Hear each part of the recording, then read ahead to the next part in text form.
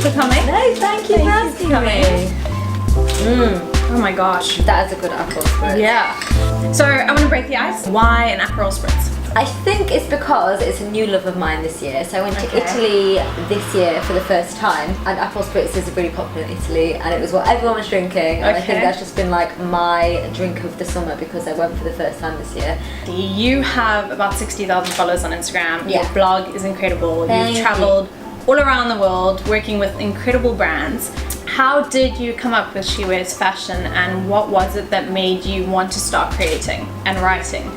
I feel like my story is very different to a lot of people's stories, but very similar to a lot of influencers and online people's stories. So, like a lot of online people, I didn't have many friends at school. I didn't have people day to day to talk to that had things in common with me. So I kind of became a bit of a recluse and would go online to find people that had similar interests to me. And that's basically how I started my blog because I was 16. So in today's society, where every culture is connected in some way, how do you remain relevant and appeal to such a diverse sort of audience? I feel like everybody's so different that they want to see people that are different because they don't want to see people that are like what they see in the magazines, what they see on TV. They want to see people that are real people, and I think because I'm like a northern girl from like Sheffield, Doing your thing. Yeah, doing my thing. Like I'm a very normal person. Yeah. I'm a woman of colour. Like that's already very different to the influencer space. So I feel like I already have that edge of like I am already different, which I feel like is nice because it's good to have representation in the industry, and I like being a pioneer for that. That's awesome. Well, speaking of authenticity, this industry is very competitive.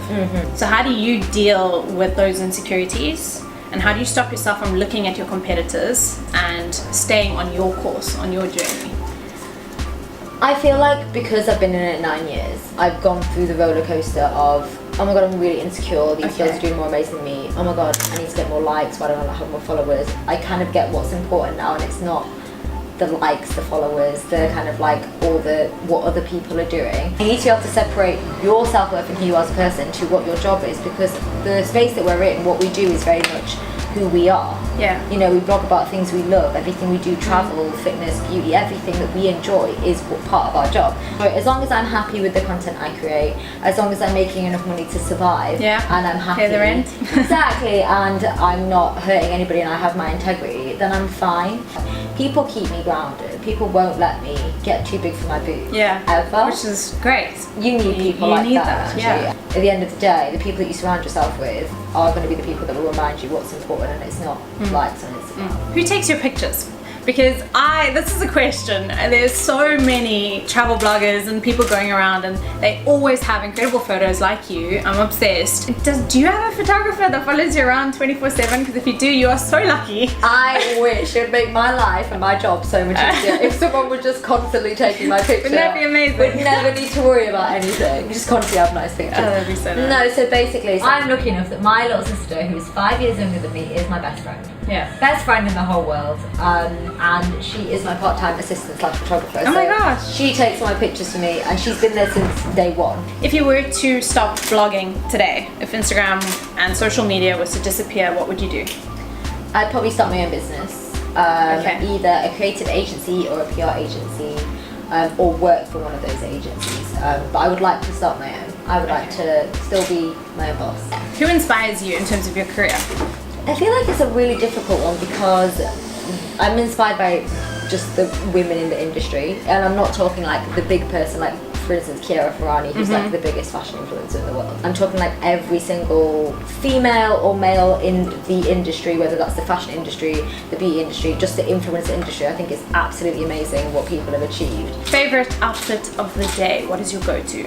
An outfit like this, a t-shirt and mom jeans and some nice trainers and then a nice handbag, and I'm always hoops. Always hoops. Always hoops. Always. What is the destination that is on the top of your bucket list? Iceland. Iceland. I'm hoping to go for my birthday because I'm a January baby, weather's terrible, but it's good for Northern Lights. For inspiring bloggers, influencers, what attributes do you need to have to become a social media influencer? Be humble and stay grounded. And be nice to everybody, because you do not know when that is going to serve you in the future, and people talk in the industry. That is the most important thing in the industry.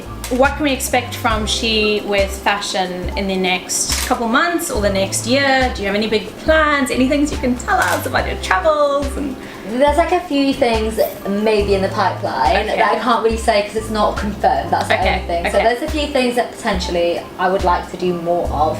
I will say I'd love to do more TV stuff, and that's what I'm going to say. Because I love like that kind of thing. If you could break the ice, meaning if you could have a drink with anyone, past or present, who would it be and why?